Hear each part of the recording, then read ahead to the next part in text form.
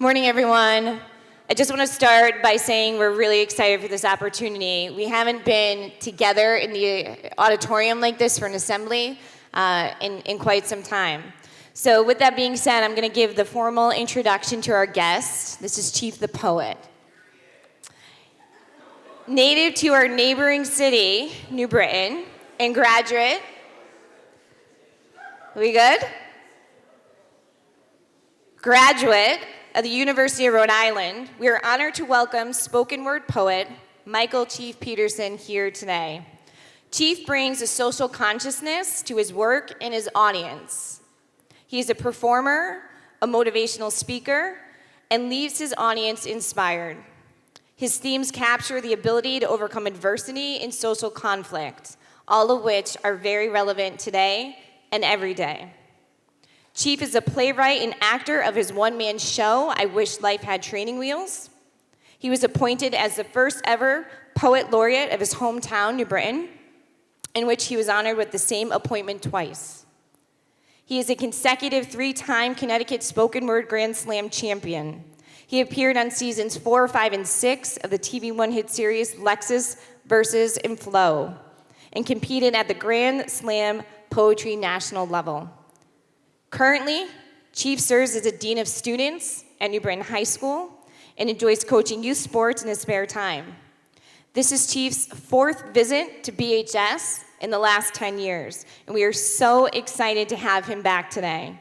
Please join me in welcoming Michael Chief Peterson to the stage.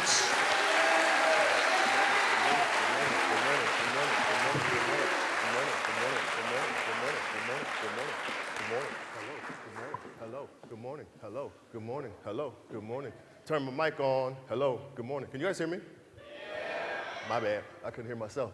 Good morning. How are you feeling? Everybody's good? I'm glad. I like your energy already, so keep that going. So this is a conversation between us. I didn't come here to talk to you. I didn't come here to talk at you. I came to talk with you. So if you have some questions, comments, complaints, concerns, please feel free. Raise your hand, ask questions. I got some little tokens and trinkets I like to give out throughout the set, so you guys can, enjoy the party with me. I'll explain what these are later, and we can move from there. So I know your administration asked you to be respectful, and I appreciate that, but I would love your energy. So if you hear something that you like and you feel some type of way about it, feel free to express yourself. You can say things like, ooh, that was dope. I like that. Oh man, let's try it. Everybody say, ooh, that was dope. That's what's up. All right, here we go. So if you feel that, if something in here moves you, please feel free to show that expression. However, some of the stuff that I talk about is very real and very personal.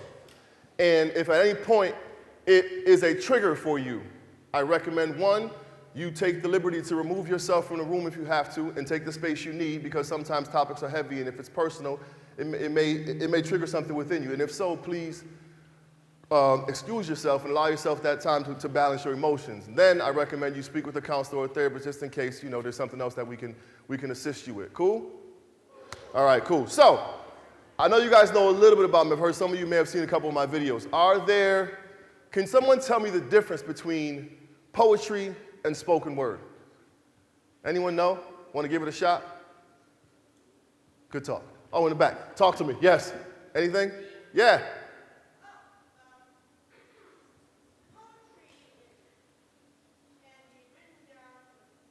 Uh-huh. While spoken words can convey much more deeper emotions and deeper feelings of past experiences. Absolutely. Did everybody get that? For the most part? Good. So that was a good answer. So, being honest, if I'm being honest with you, when I was in high school and your age, and somebody told me a poet was coming to my school, I'd be like, whatever. But it wasn't until I fell in love with spoken word and poetry that I learned what it was all about. So my experience in it is a little bit different. In my head, poetry is written to be read versus spoken word is written to be said. Now, for example, if I said to you, lately I've slept alone, I've been living in sadness and loneliness is still around, and suddenly I'm lost. It's simple. You get it, right? It makes sense.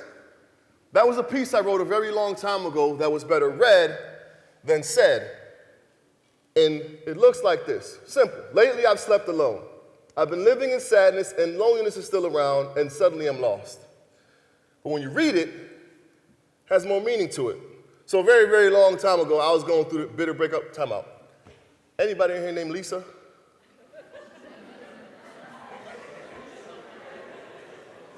Good, because we're not friends. But if you look at it, again, lately, I've slept alone. I've been living in sadness and loneliness is still around, and suddenly I'm lost. The poem is much longer, but it's an entire poem based on my bitter breakup. I hate her. And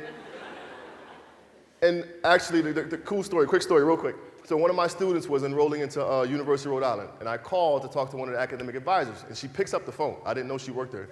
And I'm talking to this girl, and I'm like, wait a minute, her voice sounds familiar. And I used to call her Big. I'm like, Big Head? She's like, Chief?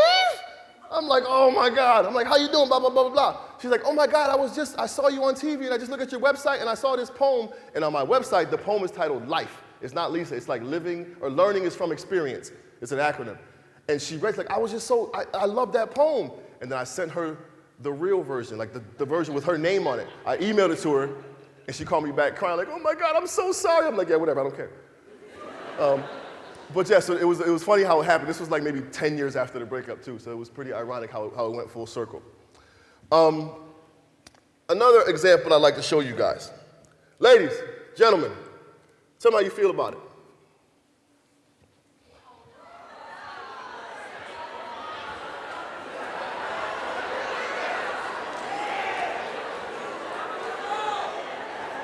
Wait, hold on. Wait, let's talk about this because I feel like there's some hostile energy in the room. Let's talk about it. Anybody? Ladies? Anyone care to express how they feel about this? Please do.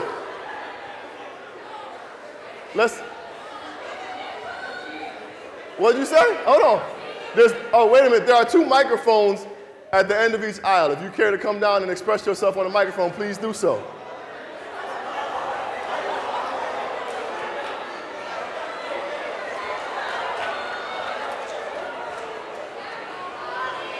No, right here, right there.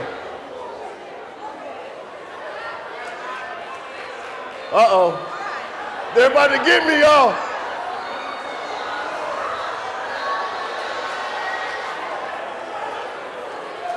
They're gonna get me. All right, let's hear it. Let's start over here. How do you feel about it? I feel just like hurt. You feel hurt? Yeah. You don't agree with that? No. You need me, woman.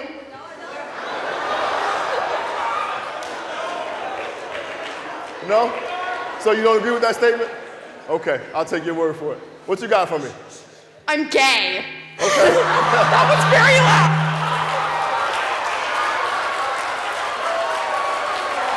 Respect.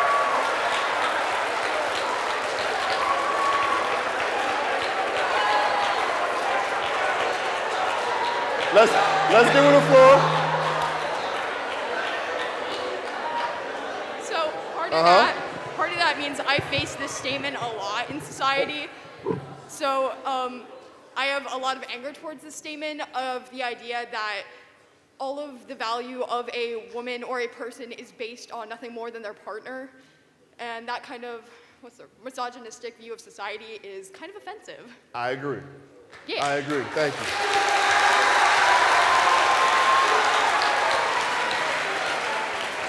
So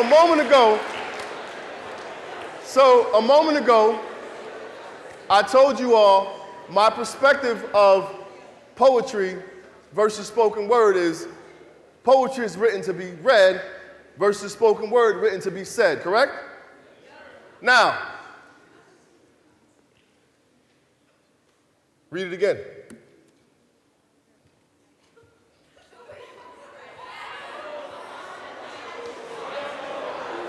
Oh, now it's a little bit different.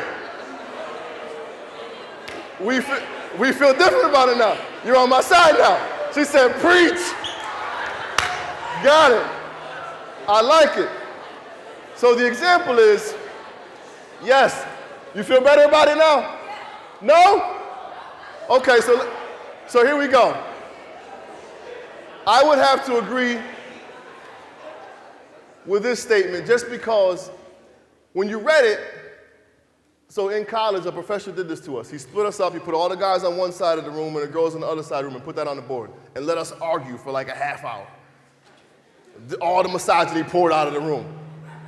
And then this was actually a lesson on punctuation. So English teachers, feel free. Just dropped you a gem. It was a lesson on punctuation. And I remember when he put this on, when he wrote it on the board and he put those commas in and I was just like, and that's when my fascination with words started. So when you read it, you read a woman without her man is nothing. And the girls are in the room, I don't need no man, blah, blah, blah, blah, blah. But then when you read this one, a woman without her, man is nothing. Which is why I appreciate spoken word, because I can get you the way I say things, I can give, hopefully, an intended response from you. I can say things in a certain way to make you get what I want you to hear, versus you reading it and inferring your own interpretation behind it. Everyone got a concept of poetry versus spoken word. We good? Cool. So I give you a peace of mind, and feel free at any point in between. If you desire to ask questions, you want to know about my life, my children, whatever, ask questions. I'm an open book for the most part, and we're gonna go down a roller coaster of emotion today. So if I hit you in the spot, please let me know. And afterwards, I'm gonna need to talk to a couple of you guys, so we'll do that afterwards. Some of you have seen it, some of you may have not, so I'll run this one up. First piece, where I'm from. Where I'm from isn't as bad as people always make it seem. Where I'm from is literally 3 minutes away from here, and kids are finding better ways than breaking the laws, smoking and drinking. They're now taking a pause, stopping and thinking, making better choices in life to prepare for their future, because living life as a bum is not something they can get used to. But where I'm from, some bums dress better than teachers and have more faith than the preachers. And since there's no money, their life is now featured around violence and crime, and half of their time is spent begging for dimes, yes, the coin and the bag, because they'd rather get a drag than a job. But a change is what we need so society can breathe a breath of fresh air by knowing our kids care about going to school, because a man named Kanye West has now made it cool to be a dropout. Mister, them teachers don't like me is a cop-out. Them cops out to get me is an excuse. So excuse me for telling it like it is, but I'm blaming it on the parents, because apparently nothing's being said at home. Too many kids feel alone, yet where I'm from, if you catch them while they're young, then there's still time for change. But so many have grown stubborn in their ways, and now their days are spent behind bars. Jailhouse rap stars, bodybuilders, and ballers. And I'm just calling it how I see it, because I've seen it. And as far as you know, I could be it. Where I'm from isn't as bad as people always make it seem. Where I'm from, more kids know how to curse than write cursive. And use words like looked it, heard it, and worsted. She told me, Mister, he looked it good, but his girlfriend was the worstest. It hurt in my eyes looking at her. And where I'm from, most people do laugh, and no one wants to correct her. They just choose to neglect her, which is nothing new, because so many men have already done it before. Her mother's ex-boyfriend, her father. Her own ex-boyfriend, a father. Her sister's soon-to-be ex-boyfriend, a father of 3 and 2 on the way, and it's so sad to say that so many men in this world have abandoned little girls, or little boys for that matter. Whatever happened to daddy's little girl?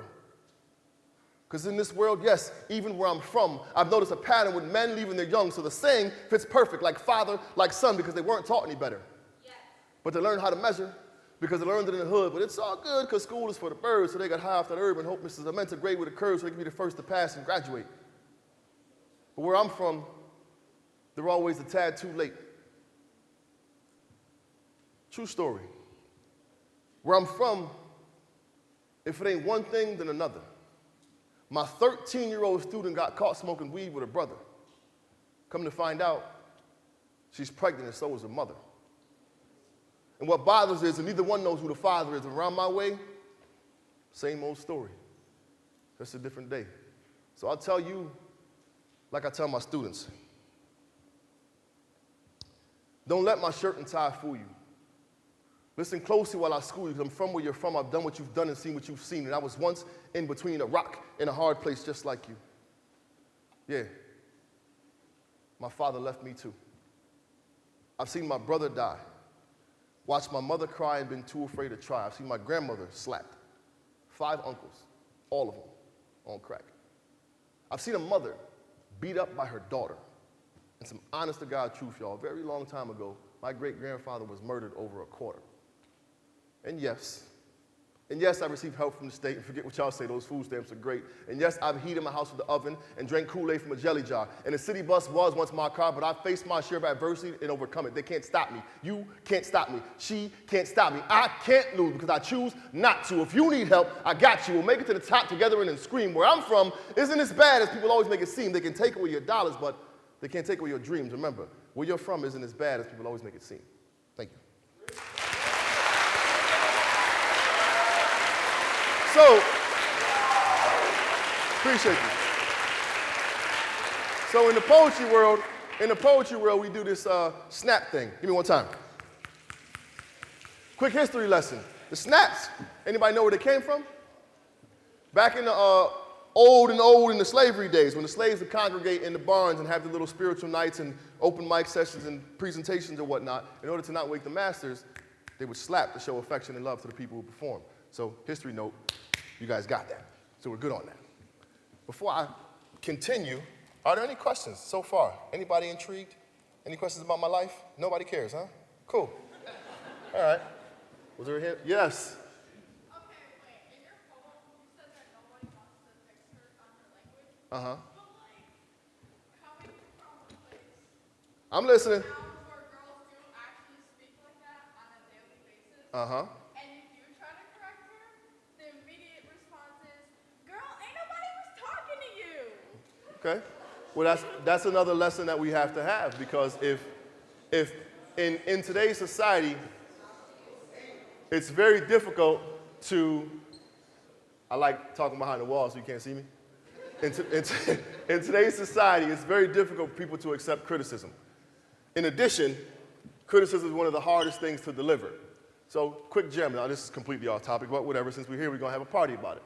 Whenever you have to deliver some criticism, in cases like that, one, it might be beneficial to pull the person aside and have a one-on-one conversation. No one likes to be addressed or reprimanded or criticized in front of a group of people.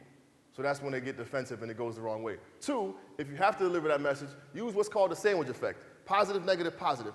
AJ, great talking to you this morning. I don't like your attitude, but overall, you're a great person. Positive, negative, positive. By the way, AJ told me he's going to give me a team for March Madness. I'm going to bet on him tonight. If I lose, fail him in Spanish, whoever the teacher is. So yeah, that was just a note for you. Positive, negative, positive. When you have, even when you become a professional, when you have to deliver those things. Mr. Menta, listen, you come to work every day on time. You're awesome. Your energy is great. The kids love you. I think an area you could improve would be maybe watching how you speak to so-and-so or whatever. Overall, I think you're doing an excellent job, and we'd love to have you. Positive, negative, positive. So what she heard was 2 positive, 1 negative. So she may be more attached to the positive, but then she still heard that one part where she can improve. Note for you guys. Good? Cool. I just dropped a gem on you. Any other questions? Keep the party going. Talk to me. Yes. How old am I? I'm 42 of them, thanks. Anybody else? Keep the party going. Yes. I don't know. I really don't know. I have like a lot of shoes. Like a lot. What size shoe you wear? I know. What size is that? Too small. If you were 11.5, I'd give them to you. I would. Any other questions? Keep the party coming. It makes it easy. Yes, sir. One more time. I get asked that question often. He asked, have I ever thought about being a rapper? Yes, but I'm not good at it. It's really weird. It's kind of like I found my lane. So advice I was given a very long time ago, and it was crazy because I latched onto this a very long time ago. They said, find something you're passionate about, become great at it, and get people to pay you for it. And that's kind of what I did. I got laughed at. I mean, I'm 6'2", 250 pounds. I was the team captain of the football team, basketball team, and the track team. You know, this macho stud in high school. I got laughed at because I wrote poetry. Those same people now come pay to watch me perform. It's a win.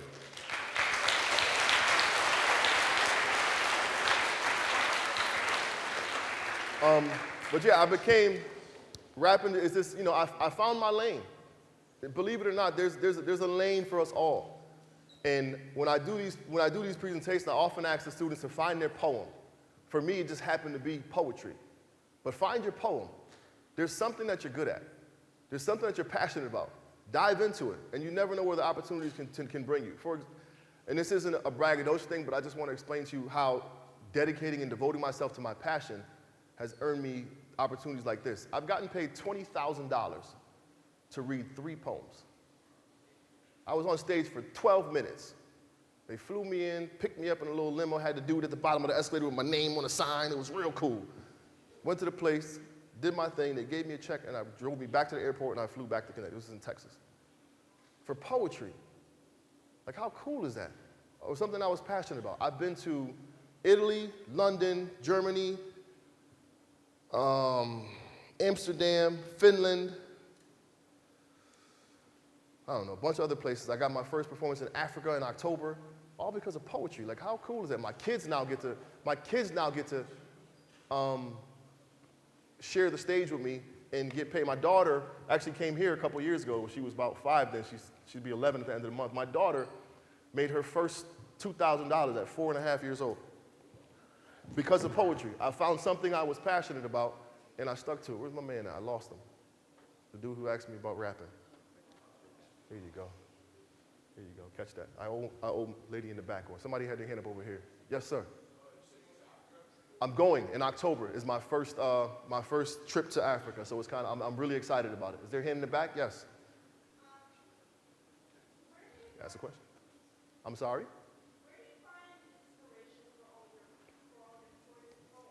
So the inspiration, she asked me, where do I find inspiration for my poetry? I'm sorry for dancing around, guys. I know I should be in the room, but I like to pass out my bracelets. I'll explain them to you later on. The inspiration comes from life. Everything that I write about is 95% true. I change names sometime, maybe might drag a story out a little bit, but everything that I write about is relatively true.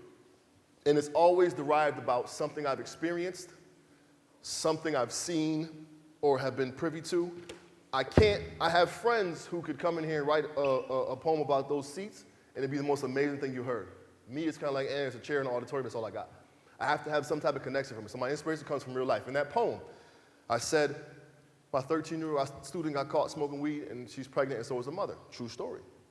We called her to my office. Her mom came in. Mom was probably, 6 months pregnant, and the girl wasn't showing.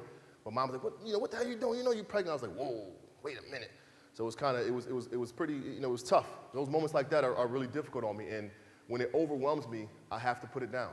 And I have probably, 30 now, but I've got a ton of journals, and I don't leave home without it, kind of like my wallet.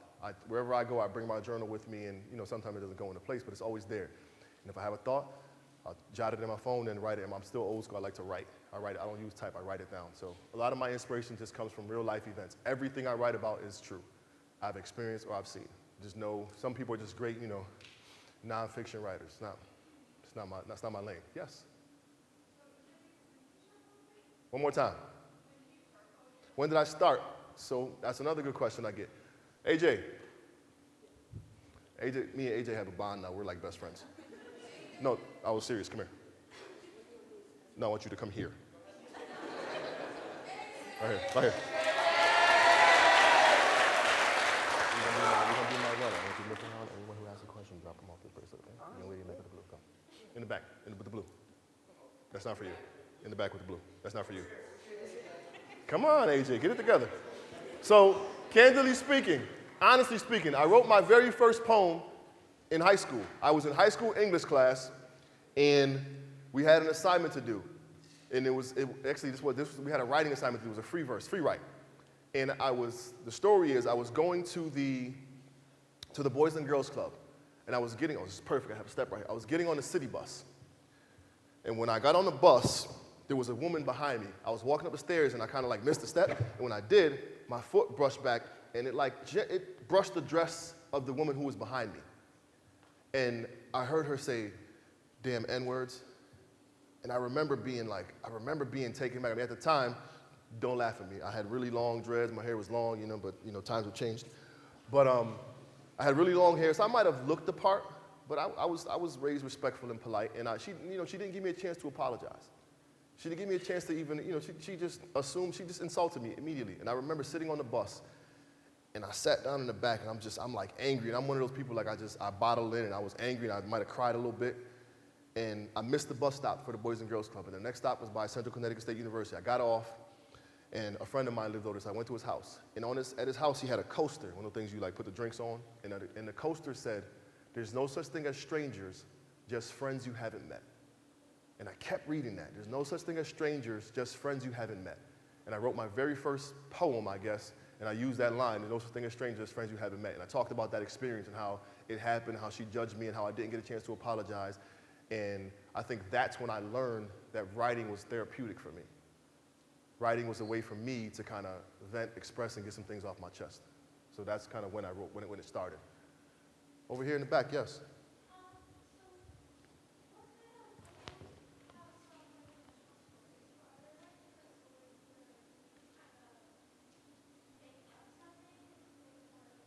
So she asked if in my writing other opportunities when I make up things.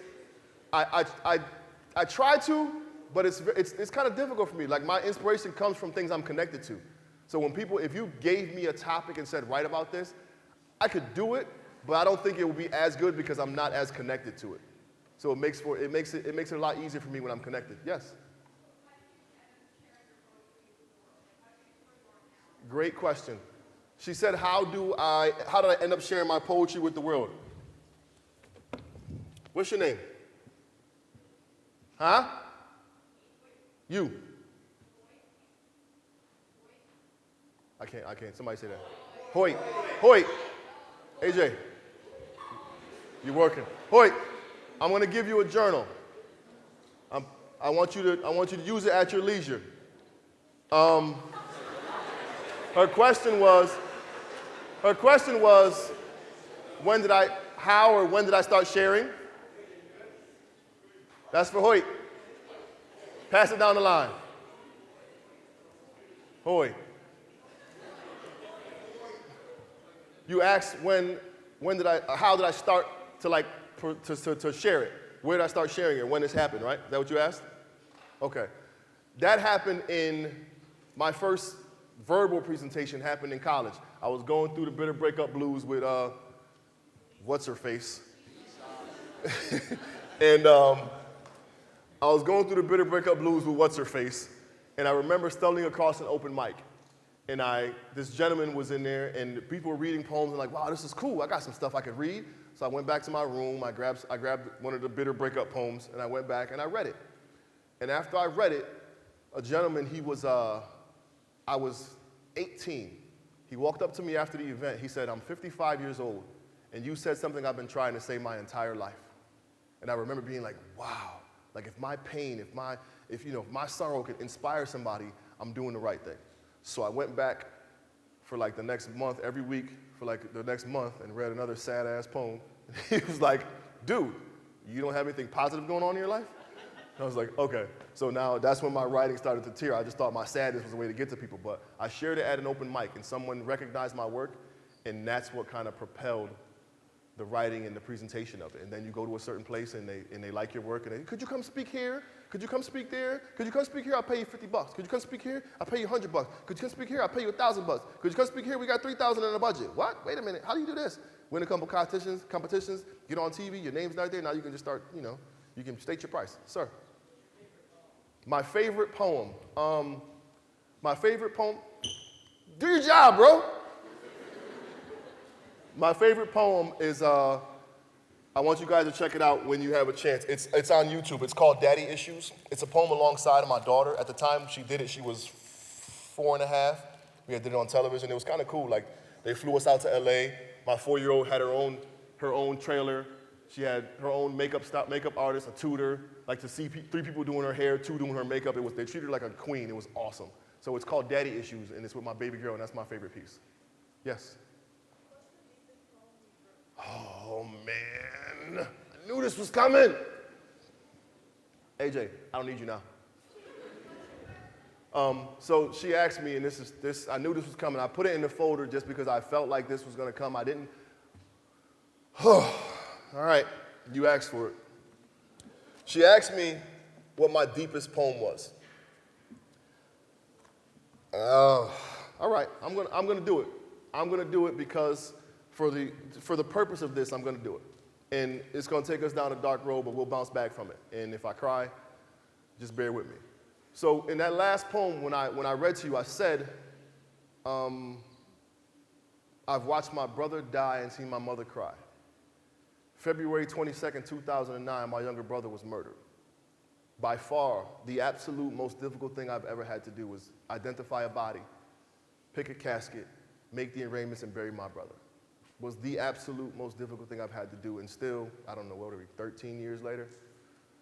My math is all, 13 years later, it doesn't feel any, it's a little bit easier, but the pain is still walking up on me, and it's tough.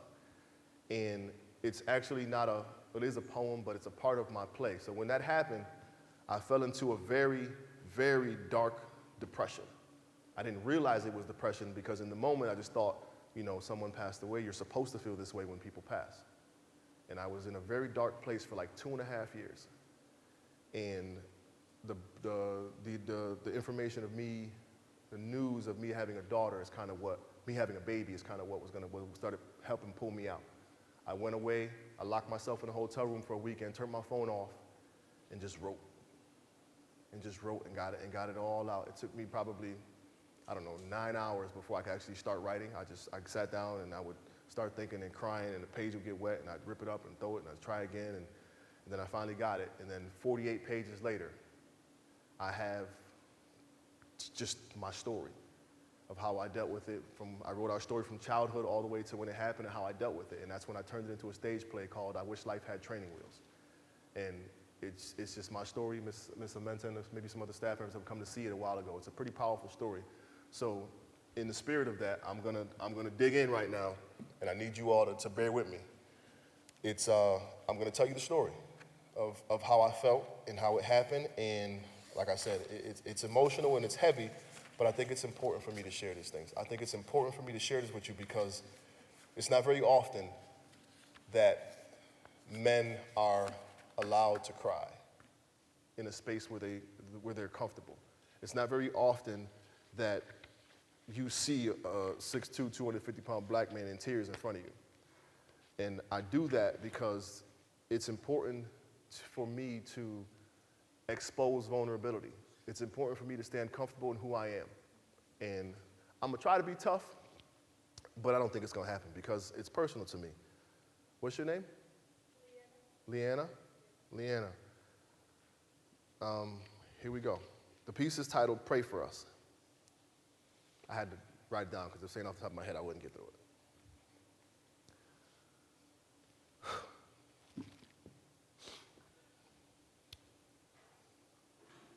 Do you know what it's like to live life with only half your soul? Whereas each year passes, you only grow a half year old. Where everyone expects you to make a half a whole. Over 4,000 days ago, my little brother was murdered. Young, innocent man shot straight through his hand, right into his heart, and I've never felt pain like this before. I've never been drained like this before. Do you know what it's like when your heart feels sore? It's a literal pain that's so hard to explain, it just hurts.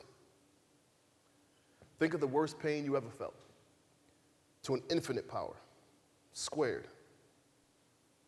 It's worse. And it's just not fair for anyone, especially me. 28, expected to be the man of the family. I've never been to a funeral before. I never had to identify a body, make the arrangement, pick the casket, and bury my brother. I did it for my mother. Because that's something no parent should ever have to go through. But when you serve as everyone else's rock, who's there to support you? It was embedded in my heart that a man's family is his strength, and I'm not as strong as I thought I was. I could see why people turn to drugs. I take any pill, medicine, needle to make this pain go away. Do you know what it's like to question your faith? To sincerely believe in your heart that God made a mistake, I need help.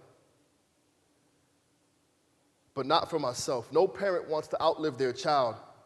I've never really seen my mom cry. And I tried to be strong for her, and she was trying to be strong for me, but we couldn't hide it. Reality sucks, especially because you can't fight it. Who would have ever thought that after one night it would all be different? My brother just wanted to have a good time. So he and our stepbrother Nate were headed to a late night chicken spot after a night of clubbing. Peanut started approaching the car to talk to some girls, and the dude in the front seat said, "Yo, who you talking to?" My brother said, "I'm not talking to you, I'm talking to them."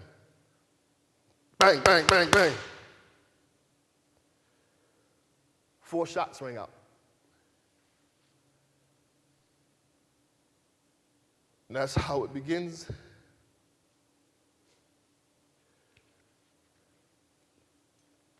And how it ends.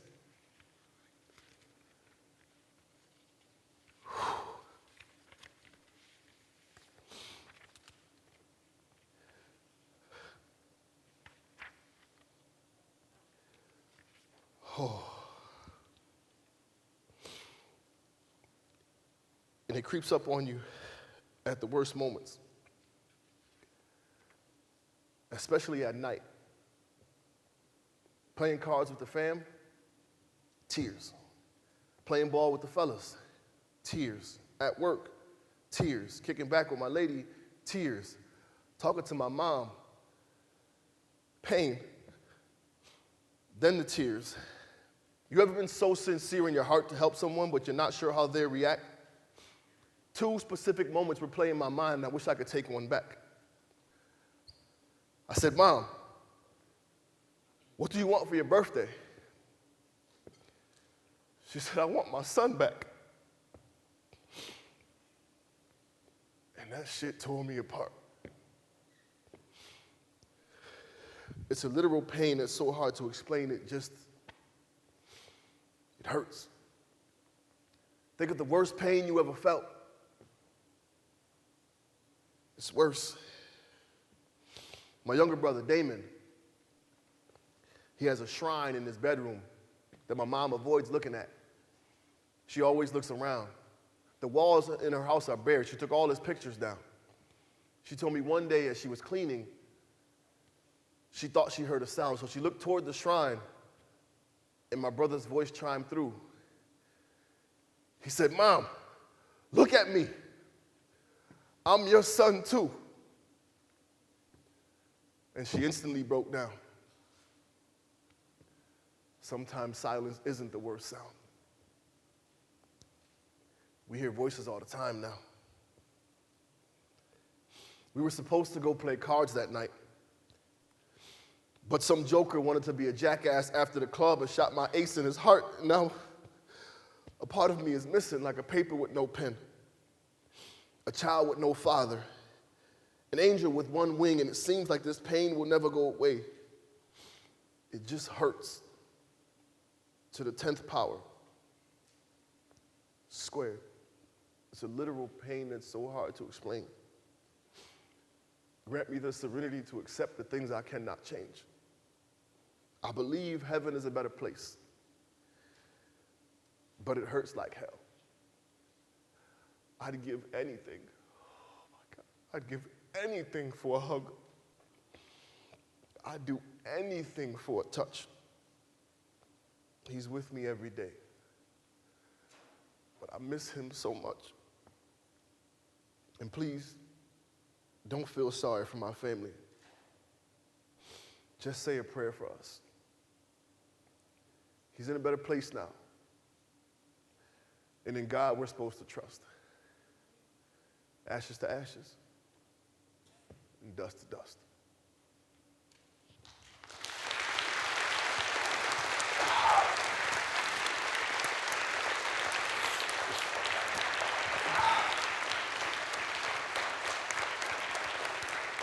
All right, here we go. So, real quick, before we get into that, I got to lighten the mood. One of my real good friends, Jamal St. John, is a phenomenal poet. He has an adoration for full-figured women. He's a great guy, and one of his lines in his poem says, "She is what has been and what will always be sexy, even if the only crunches she knows are the ones made by Nestle." All right, here we go. So yeah, as you can see, that is, everything I write about is real. It's personal to me, it's my life story, and I think putting it on paper is an exposition of the pain, and I'm comfortable in my space and in my element, but I can feel the difference in the applause afterwards. Like everyone's like, oh, you get the soft clap, and I get it, but the reality of it is, unless you're heartless and have no emotion, you felt that. And I've connected with you emotionally. Even if you've never been through it, you can feel my pain through my words. And with that comes an ounce, if nothing less, an ounce of empathy, which allows you to now use that and understand when someone says they lost someone, what that feels like, and how you can provide a safe space for them to vent and be comfortable and be okay. So that is why I take opportunities to share stuff like that. Sir. What gave you the confidence to speak up first in front of a big group like this, and also what gave you the confidence to be able to speak about this stuff again that happened before? So that's a great question. He asked me what gave me the confidence to actually be able to speak about this stuff. And I think it's knowing that at minimum, with my words, I've inspired one person in the room. At least one. My job is to come in here and connect with someone, one person, to help them become a better person. As far as confidence is concerned, it's something that we all struggle with. We have these insecurities as teenagers, and that's when people ask me what advice would I give to a teenager, I'd say be confident and stand firm in who you are. And it's a tough struggle. I'm 42 years old, and you get to that point as you get older, but I'm very confident in who I am. And in this space, especially because I practice. You know, you're not a public speaker, are you? Okay. However, you know how to tie your shoe? Do you know how to tie your shoe? Okay. So if I asked you to come on this stage right now and fill the room with 1 million more people, would you have a problem tying your shoe? No. Might be a little nervous because there's a bunch of people looking at you, right? But you wouldn't have a problem tying your shoe because you've done it 1 million times. So in my case, I practice. I rehearse. I'm in my car, I'm driving, I'm rehearsing. I'm in the shower, I'm rehearsing. I'm pacing through the house, I'm rehearsing. I practice my craft.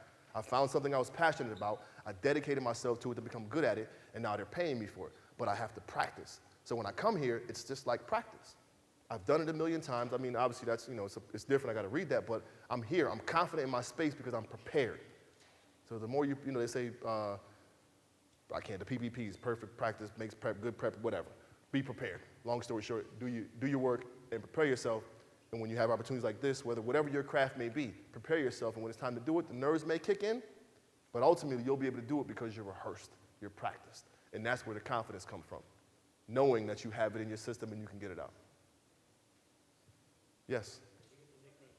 How did I get the nickname Chief? Excuse me, I'm going to try to we bob that through.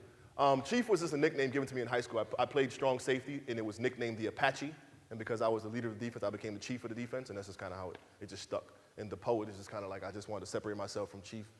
Chief Keef was, Chief this, Chief that. So Chief the poet is kind of just my tag, but most of my friends call me Chief. Yes? What was your favorite place to visit doing poetry? It's crazy because I've been international, and I think I've made the biggest impact in LA. LA was favorite because I got to take my kids with me. I'm sorry, forgive me. Here, I'm gonna give you one just 'cause I hit you. I'm sorry. And it was just very impactful for me, man. And to be able to make that connection was awesome for me. I got you, my man right here. Yes. How long does it take you to write a poem, and where do you feel most comfortable writing? Good question. How long does it take me to write my poems, and where do I feel most comfortable? Crazy part is, I can't write at home. It's weird.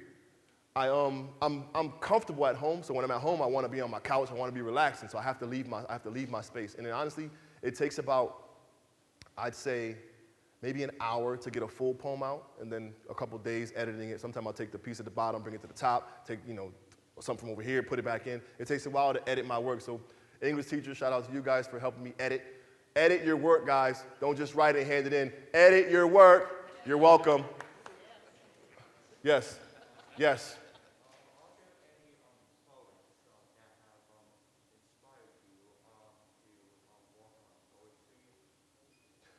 Are there any poets who inspire me? There's several of them, but the thing is, they're not really literary poets. They're more spoken word artists who have inspired me. So I don't know if you know it, but there's the legendary Black Ice. His name is Black Ice. His name is Lamar Manson. He goes by Black Ice. Prentice Powell's another good one. Jamal St. John's another good one I listen to. All these people you can find on YouTube. They're really, really, really, really awesome. Can I pass this to you? And you swing that back to my man. In the air. Yes. Do I have any other jobs? So by day, I am the dean of students at New Britain High School, and in the evening, I raise children, and I travel doing poetry. Poetry has been very, very awesome to me. It really, really has, and it's something I absolutely love doing. Over here to the left, yes, sir.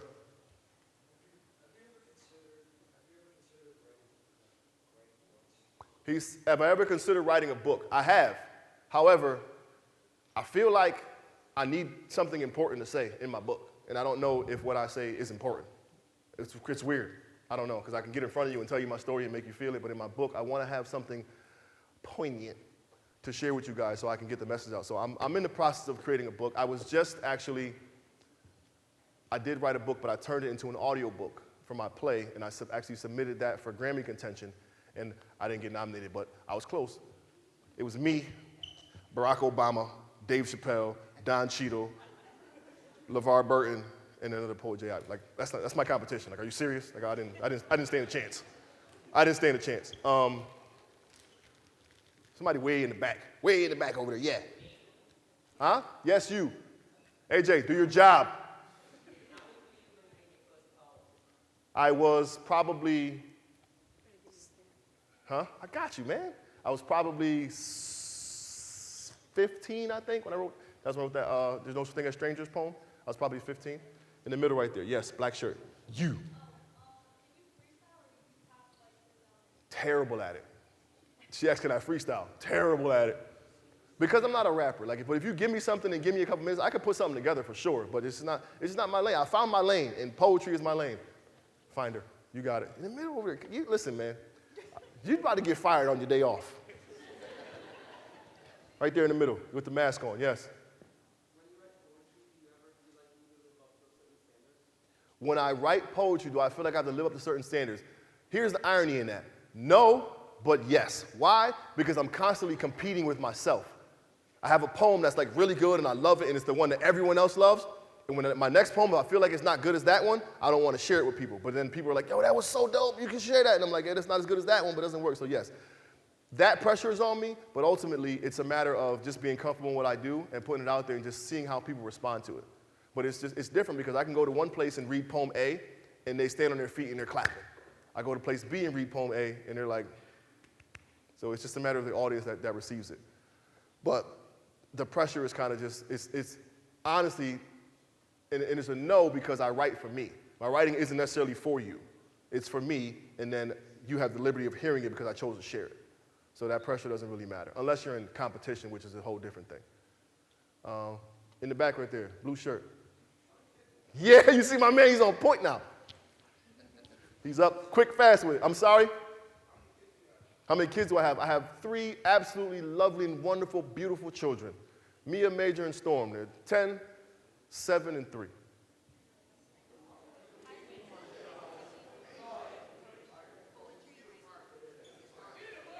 How did I deal with negativity with my poetry in high school?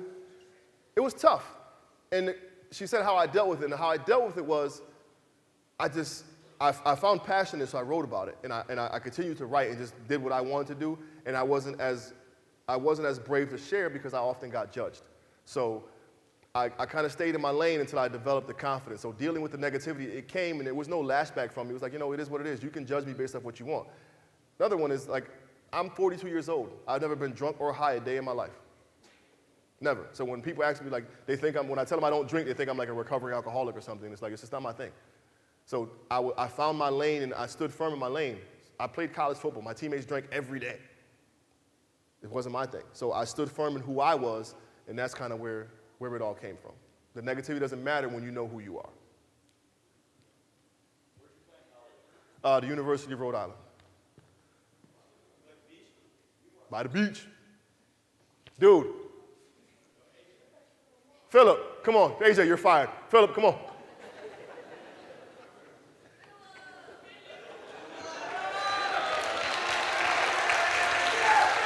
We'll give that to my man back there.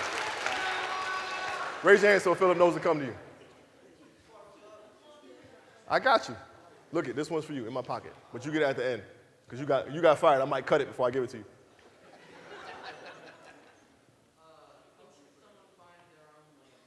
How can someone find their own lane? That's good. I don't really have the answer to that question. Now, here's the thing. I'm supposed to be like this motivational speaker and have all the answers. I don't have that one. I don't know. I think you just have to dig inside and find out what you're passionate about. I mean, it could be anything, though. Like, seriously. Anime, you like drawing, get into there. You want to do voiceovers, like whatever you are passionate about, dig into it, learn about it, become great at it, and I promise you, you will find your lane. I don't know. I am so confident in my abilities right now that there's nothing you can tell me that I can't do. And it takes time to develop that confidence, but I am living proof. If you dedicate yourself to a passion, you will succeed. I promise you, you will. Right there in the middle. What's my writing process? It varies, but I say the basic is something has punched me in the brain and it's weighing on me, and I got to get it out. If it's on my mind, it's there. I find a space. Like I always have my journal. I find a space, and I start getting busy with it, and that's where we go. Yes. How did I know society was changing? When you start to see it over and over and over and over and over and over again on social media.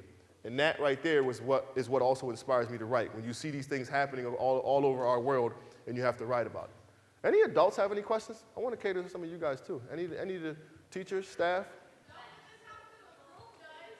Oh, ooh, she got me. You're right. That's it? Really? I didn't even get to share any more poems. All right, she cut my time short, guys, so tell them they got to bring me back. My time is short, so give me what? Give me 3 more questions? Or just rock out? Okay, yes. Absolutely. Would I suggest writing poetry as a way of dealing with emotions? 100%. It's how I deal with mine. Yes. I'm an Aries, birthday next month. Holla at me, April 2nd. Yes. Uh-huh. He said, what's my biggest support as far as therapy is concerned outside of writing? Writing, investing in my children. I actually have, check this out, y'all. I can't, am I live? I can't say it. We just signed, I run a podcast. It's called All Black Men Need Therapy. We just signed a huge sponsorship, which is awesome. And that's kind of another way for me to get things out. But I talk to my people, and I encourage men to have these candid conversations and put stuff on the table. Yes. Yes. Mr. Mentor, can you help me out? Good catch. What's your favorite poem that you've written? And please don't say it's a sad one because I've already told mine. No. She said, what's my favorite poem that I've written? I have several. There's no one. I'm not really attached to anyone. Again, I think it's the one with my daughter. My man, way in the back. Yes.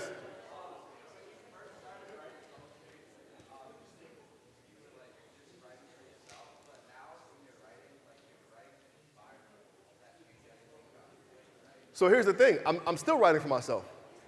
I'm finding more creative ways to write and hoping that it might inspire someone, but it's for me. I'm writing my story down, my truth down, and giving it out to the people. Hold on, guys. Listen, I didn't expect it to go this way, Mr. Menta. I'm sorry. The questions went left. I had so much more in store for you guys, but I think it was good to be able to cater to you guys and give you what you need. So, yeah, okay.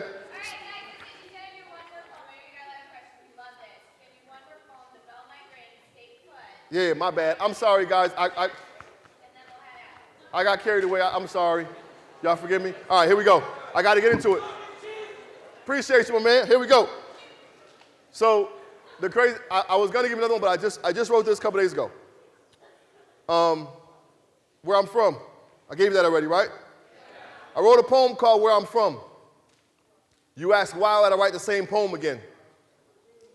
Because where I'm from, the more things change, the more they don't. So to say the same poem, this is yesterday. Where I'm from, kids either work the block or they work on their jump shot, or they stay in the house because they fear getting jumped or shot. So when parents complain their kids are addicted to video games, I tell them it's better than drugs. Where I'm from, it's a constant cycle of defeat. Peep, student cusses out teacher, teacher tells parent, parent blames teacher, student never learns. So where's the lesson in that? Where I'm from, you get more compliments on your sneakers than your vocabulary. More concerned with getting J's instead of A's. They get more love when they come home from prison instead of college. Only time they're woke is at a wake. Then again, my people don't respect life or death. They fight at funerals and pour out liquor for the pregnant girl that can't party with them instead of the dead homies. Where I'm from, dead homie's mom couldn't afford a homegoing ceremony, so we just went home. No funeral or tombstone, just a RIP Facebook post. Where I'm from, gone too soon tattoos are the first badge of honor. P.S. We still don't know who killed him. Which is ironic because where I'm from, snitches don't always get stitches, they get paroled. No one wants to face the truth. So when a little girl tells on mommy's boyfriend, mommy asks for proof because she can't tell her father because that's mommy's boyfriend. So now she's stuck between pills and a noose. And I know that may be triggering to say in a poem, but the truth hurts. But I'd rather the truth hurt you than the people. Where I'm from, the father didn't raise his son, the son didn't raise his son. We call them senior in the sequel. And if the baby has a baby, we pray he won't be the trilogy. What's killing me is this ain't the same poem, it's history repeating itself. This ain't the same poem, it's a eulogy for your past, a love letter to your future. And where I'm from, everyone's used to the same old same. No one dares to break the cycle, so I dare you to be the difference. I dare you to be different. I know pain is right in front of you, but glory is in the distance. There will always be bumps in the road, but you gotta be consistent. Where you're from isn't as bad as people always make it seem. It was already written, and this ain't the same poem, it's a prescription for success. I call it a dedication medication, used to remind you that where you're from shouldn't be your only and final destination. You get to dream big. So dream big, then dream bigger, way outside of your city and state. There's an entire world out there waiting for you to take it. Where you're from shouldn't be the reason or excuse, but it should be the reason why you make it. Hey, I'm sorry it went left. I had a whole bunch of stuff planned for you guys, but you asked questions, and that was awesome. I appreciate you all. You can find me on all social media at Chief the Poet. Y'all put something on Twitter. My mama be watching, say something nice about me. If you have any questions, feel free to email me. I respond to all my emails. Anything else? No, thank you guys. You guys are an awesome audience. This is the first assembly in so long, and we're glad that we had you to be that. Cool? How'd you guys? Was it thumbs up, thumbs down?